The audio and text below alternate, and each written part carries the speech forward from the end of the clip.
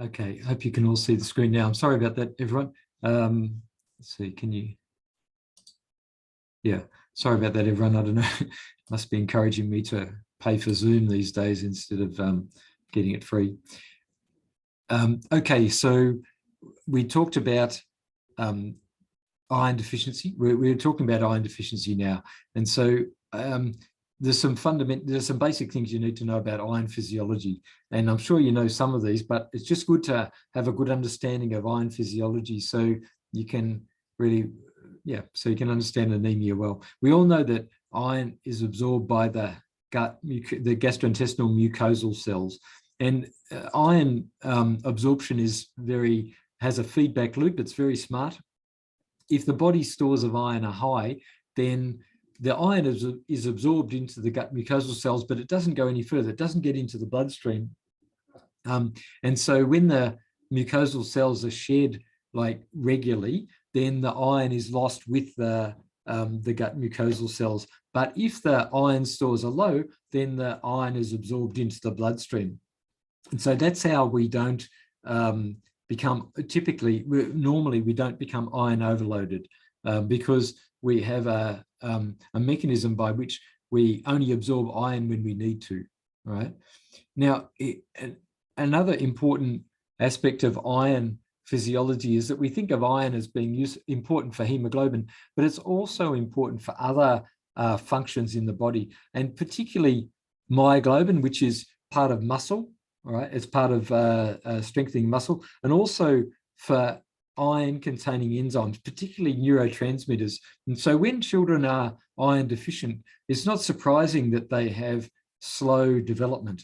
All right, they often are a bit at school, they'll be slower, and part of that is because they don't have as much oxygen carrying capacity, but part of it also is that iron is used for neurotransmitters and other things within the body. Now, when we measure iron, typically we measure it, we can measure the serum iron, but a lot of the iron is bound to plasma proteins, or some of it is stored. And so, some of it is stored. Hang on, I'll just get rid of that. The storage form is ferritin, and sometimes we measure the ferritin level. I'm not sure whether you've ever done that, but if you measure iron studies, then you'll measure the ferritin level. But as you probably know, ferritin can go up when you've got an acute infection. So when children come in with anemia and they have a high ferritin, it doesn't mean they don't have iron deficiency. It's just that it means that sometimes the ferritin level can be boosted by their infection. I won't go into this too much because we don't often measure the iron studies, percentage transferrin and that sort of thing. But the main thing is to know that iron is absorbed by the gut mucosal cells. There's a feedback loop that enables the absorption or the shedding of iron, and that iron's important not just for hemoglobin, but for myoglobin and other neurotransmitters. When you're born, the amount of iron in a baby's body depends on their gestational age. And so most of the iron is transmitted across the placenta from the mother in the third trimester of pregnancy. So if a baby's born in the second trimester of pregnancy or early in the third, they won't have that much iron. And so mostly babies have about 250 milligrams of iron. Like a 3 kilo baby, normal 3 kilo baby would have 250 milligrams of iron, or 75 milligrams per kilogram. So a 1 kilo baby would only have at most 75 milligrams of iron, but they still need to take in more iron to reach normal iron levels by the time they're 1 year of age. And so it's really important that very low birth weight babies have supplemental iron. I'll talk about how you do that. But by the time you're an adult, you have somewhere between 2 and 3.5 grams of iron. And we don't make iron in our body. We only ingest it. So that means throughout your life, you need to take in about 2 grams of iron and keep about 2 grams of iron in your body. So that's where diet comes into it, right? In the first year of life, most children require about 150 to 200 milligrams of iron, or that's 1.5 milligrams of iron per day, and more if you're a low birth weight baby, because they have to take in more iron to have the same iron repletion at 1 year of age. Human breast milk is a very good source of iron for the first 6 months, and about half of that's absorbed. About half of all the iron in breast milk is absorbed in the first 6 months. In babies who are fed cow's milk, that's a very poor source of iron. It's got the same amount of iron, but only 10% of it, a much smaller amount, is absorbed. And so that's why babies who, one reason why children who drink a lot of cow's milk will become iron deficient. Beyond 6 months of age, then human breast milk, even if babies are exclusively breastfed, they will become iron deficient after 6 months of age if they're not supplemented with any other complementary feeds that is iron containing. And the amount of breast milk, the iron in breast milk, declines postnatally. So by 6 months of age, it's just enough, but beyond 6 months of age, it's not enough. And that's why complementary feeds have to contain iron. There are various children that have increased requirements for iron, and that's why they're more likely to become iron deficient. So low birth weight babies we talked about, where there's rapid growth in the first year of life and during adolescence, particularly for girls, of course, and where there's been some problem in the perinatal period, where there's like a feto-maternal hemorrhage or a feto-fetal hemorrhage with twin-to-twin transfusion, anything that might lead to blood loss in the perinatal period is likely to lead to iron deficiency later on. So remember that rapid growth in the first year of life, adolescents, particularly girls, where the haemoglobin should be coming up but doesn't, and there's iron loss from blood loss, and low birth weight babies. And then most iron deficiency occurs because of combinations of increased requirements and inadequate intake. And so diets that are rich in milk but poor in meat and vegetables are typically the cause of iron deficiency. And the reason why diets that are rich in milk, like cow's milk, leads to iron deficiency is threefold. Firstly, as I said, cow's milk is a poor source of iron, not much is absorbed. Secondly, when children drink a lot of cow's milk, they often get a bit of gut inflammation. Their gastrointestinal tract becomes a bit inflamed. You might not see it, but they have a bit of inflammation and they have some microscopic blood loss. And if that occurs over several months, then that can lead to iron loss as well. And the third and most important reason why children who drink a lot of cow's milk become iron deficient is because that they get so filled up by drinking lots of milk, they don't have an appetite for anything else. So they drink maybe 3 or 4 bottles of milk a day, and they don't have an appetite for anything else. And so cow's milk beyond 6 months, if babies drink a lot of cow's milk beyond 6 months, they're likely to become iron deficient unless they have good complementary feeding as well. And then there's the occasional child who has malabsorption from chronic diarrhea or some other malabsorptive process like celiac disease. And then quite commonly, the combination of increased requirements, poor nutrition, and blood loss from hookworm or other worm infestation can lead to iron deficiency. But blood loss can occur in hookworm. As I said, there's cow's milk intolerance that I've mentioned, and of course in adolescent girls who are starting their menstrual period, they'll have higher iron requirements, and it's very important that they get supplemental iron. The treatment is fairly simple of iron deficiency. You identify the cause and you replace the iron. And so giving ferrous gluconate or ferrous sulfate, giving dietary advice, and so making sure the diet doesn't just contain exclusive breast milk beyond 6 months of age, that it doesn't just contain fruits and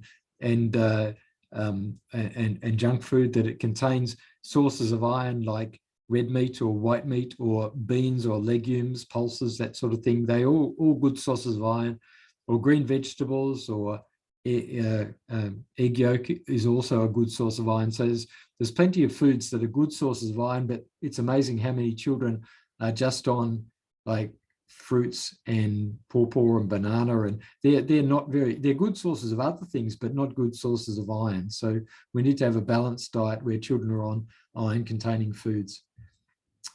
Right, so preventing iron deficiency requires that children are supplemented with iron, or they receive iron in the food that they take in, that they have a diet that's fortified in iron. Some cereals are fortified with iron, or meats and green vegetables, of course. Limit the amount of cow's milk. Cow's milk's healthy to take, but not too much of it when it reduces your appetite.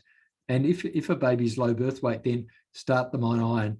And I said I would talk a bit about this, but it's important, as you know, not to start low birth weight babies on iron too early. It's better to start them around about a month or 6 weeks of age. A month is probably okay, as long as they're stable.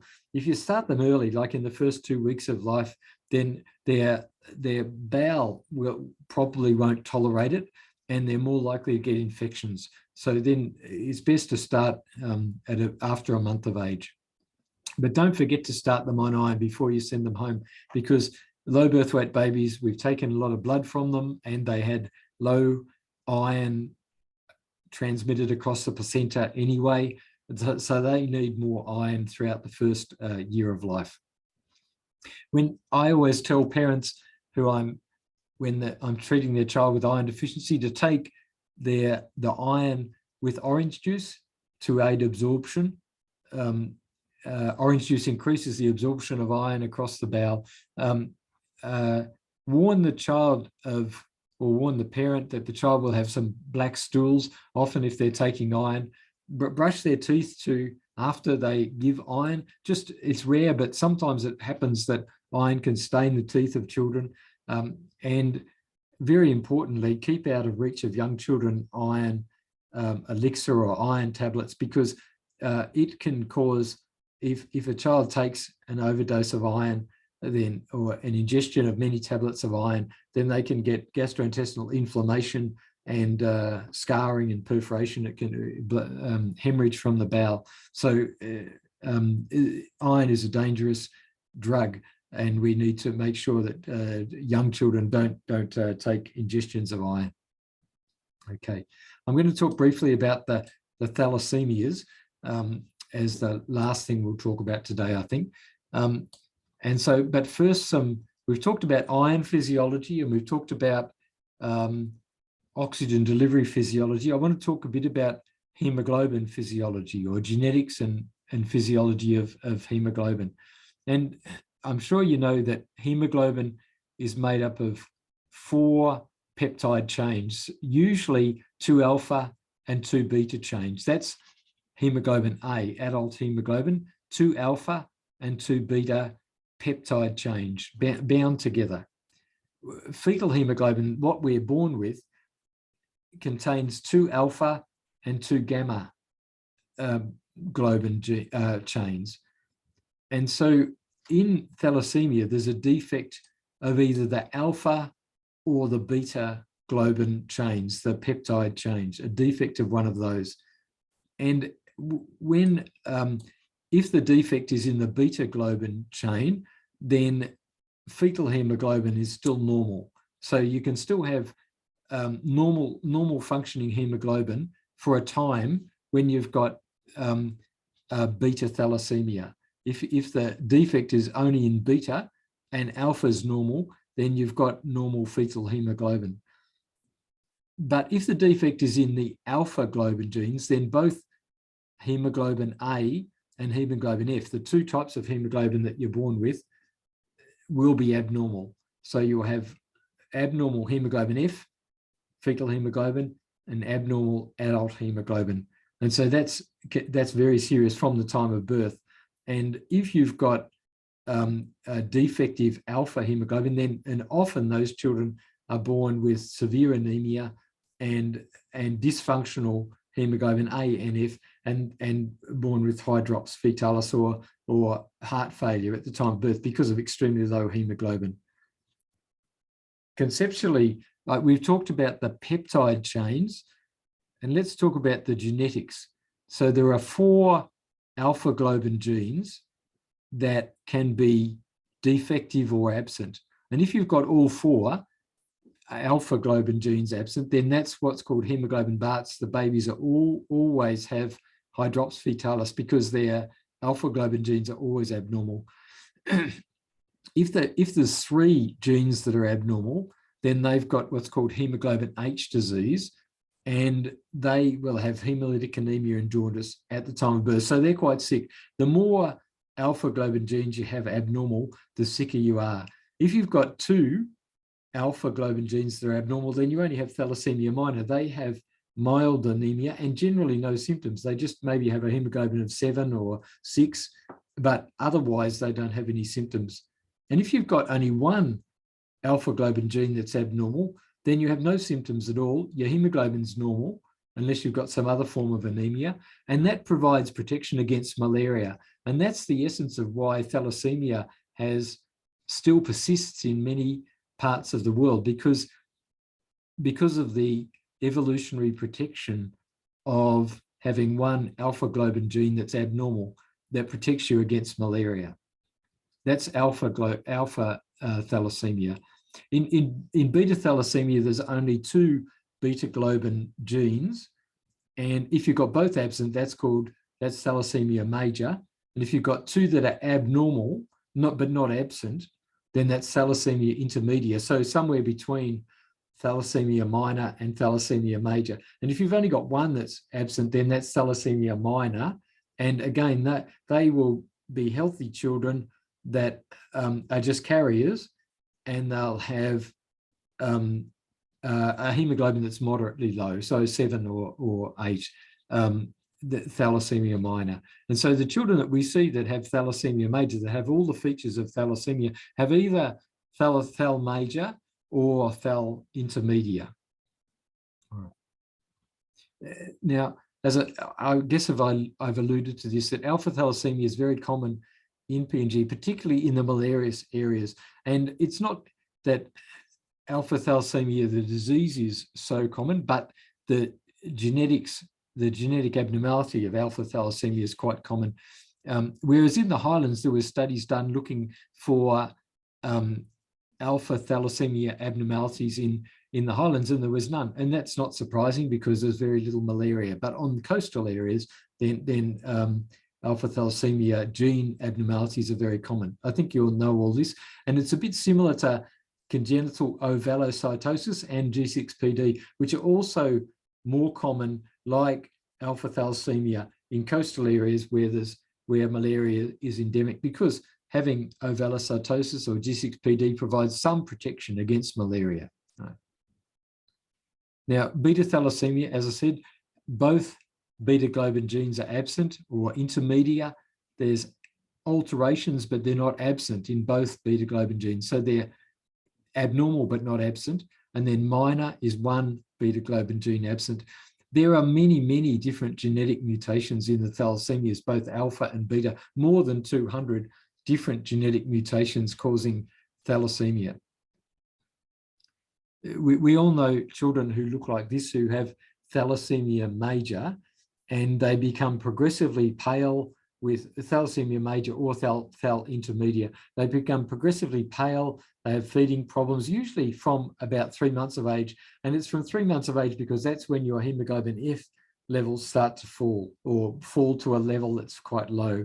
They often develop massive hepatosplenomegaly, and that's partly because of hemolysis and partly because of extramedullary hemopoiesis, which means that not only is the red cell production being made in the bone marrow, but it's also made in other organs, like in other bones that normally don't produce red cells, like the long bones do, but other bones like the skull, and also in the liver and spleen, where red cell production doesn't normally occur. But in thalassemia, you need lots of red cells being produced. So so extramedullary, outside the main long bones, hematopoiesis, which means that new red cells are being produced. These children have often very poor growth and muscle development, so wasting. They have pathological fractures because their bones are, they have a wide medullary cavity and a thin cortex. Their bones are using a lot of energy for making red cells rather than growing strong bones. They have, as you know, this frontal bossing, like this child has, and they also have increased gastrointestinal iron absorption. Now, often we think of this thing, hemosiderosis, or as only occurring when we give blood transfusions, but actually the hemosiderosis starts very early in these children. Even before you start giving them blood transfusions, they will have increased iron absorption in an abnormal way. So it's very important, if you're going to treat these patients, to treat them with, ideally with an iron chelator, especially when you're starting to transfuse them. The ideal way to treat patients who have thalassemia major is to try to keep their hemoglobin level above about 9.5 grams per deciliter. It's called a hypertransfusion strategy, and it keeps them most healthy. But of course, when you're giving blood every month, as these children often do, you're also giving a lot of iron. And these children, like the boy that I just showed you, develop hemosiderosis. They have iron deposition in their heart, in their liver, and other endocrine organs that lead to often growth failure and other endocrine abnormalities like delayed puberty and infertility and diabetes because of pancreatic deposition of iron. And so it's very, very important that we can try to chelate the iron and remove the iron so that they're just getting red cells and not getting too much iron. There's a risk also of viral transmission in these children, and so they need to be checked regularly, if you like, for other bloodborne viruses. But if the blood bank is checking red cells that are transfused, then that's usually pretty safe. The big risk is iron deposition. So these children need some iron chelation. I won't go through the different forms of iron chelation too much, except to say that the most available form in most countries is desferoxamine or deferoxamine. Sometimes it's called desferrioxamine and sometimes it's called deferoxamine. And that's only available as a subcutaneous infusion. And children need to have that at least 18 hours a day, 7 days a week as a subcutaneous infusion. So it's very hard for them to cope with. These days, there are much better oral iron chelating agents, iron chelating drugs that bind iron in the gastrointestinal tract and reduce the amount of iron that's absorbed into the blood. They're very good, but they're also quite expensive. But ideally, these children need to be started on chelating agents as soon as they start blood transfusions, or even earlier, because of what I said about their increased iron absorption right from the first 6 months of life. You have to, if you're looking after children with thalassemia, you need to take note of their growth and their nutrition and their endocrine function. For some of these children need some other interventions, like if they have massive splenomegaly, then sometimes splenectomy can be useful, but it's also dangerous. There is a medication that can increase the amount of hemoglobin F. This medication, hydroxyurea, is often used for sickle cell disease, but it can also be useful for children with thalassemia because it increases the amount of hemoglobin F. And as you know, hemoglobin F doesn't contain beta globin chains. And so it contains 2 alpha and 2 gamma. And so if you've got beta thalassemia and you can somehow increase your HbF, then you have better oxygen carrying capacity of your blood. And so this is a drug that, you know, increasingly should become available, like iron chelating agents. Hydroxyurea is not very expensive. It's a relatively cheap drug, so this should be available to these patients. I was just going to briefly talk about, I've already touched on G6PD deficiency, but I won't say much about it, but just to be clear that it's a red cell enzyme defect that leads to hemolysis. And when you've got hemolysis, you have increased reticulocytes. You typically have a normochromic anemia. You'll have a high red cell distribution width because you have abnormal shapes of red cells because they're being broken up. And G6PD deficiency leads to haemolysis on exposure to certain situations, particularly drugs and foods. And haemolysis leads to pallor, of course, from anemia, and jaundice and dark urine, and urobilinogen in the urine, so the urine looks very dark. They often have splenomegaly, and they may have gastrointestinal symptoms. G6PD is an excellent condition, but boys are more common, but also girls can get it too. And there's a whole range of drugs that we need to avoid if a child has G6PD deficiency, but some that are really important include primaquine for children who've got Vivax malaria. We should ideally do a G6PD screen before we give primaquine, and some other antibiotics that are commonly given, sulfonamides, so cotrimoxazole, chloramphenicol, nitrofurantoin, that's less commonly given, and aspirin.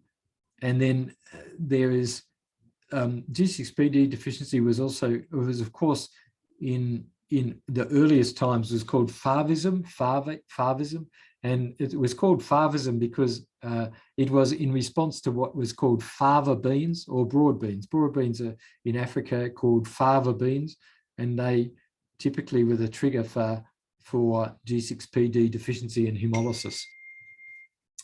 Okay, there's a few, these days in the modern era, there's a few food colorings that occur in children, in foods, I should say, where children can have G6PD triggered. So when you, if you have a child with G6PD deficiency, then they need to be careful about drugs and broad beans, and also some food coloring in modern processed foods.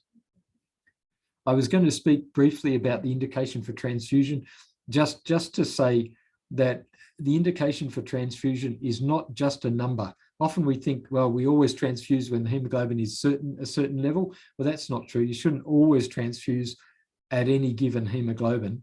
But if the hemoglobin is less than 7 grams per deciliter, then you should consider the clinical picture. Sometimes I transfuse patients if their hemoglobin is less than 8, if they've got a sustained oxygen requirement, or if they're in severe respiratory distress. If I think that if the anemia is not going to be easily correctable, like if I can give iron or B12 or folic acid and the hemoglobin will correct, then I try not to transfuse those patients. But if it's not easily correctable by iron or folic acid or B12, then I'm more likely to transfuse a patient. Or if it's likely to worsen if untreated, if they've got a hemoglobin of 6 and they're on oxygen, and you know their anemia is due to hemolysis, then those children, of course, should be transfused. Or if they've got leukemia, then probably their hemoglobin is going to get worse, isn't it?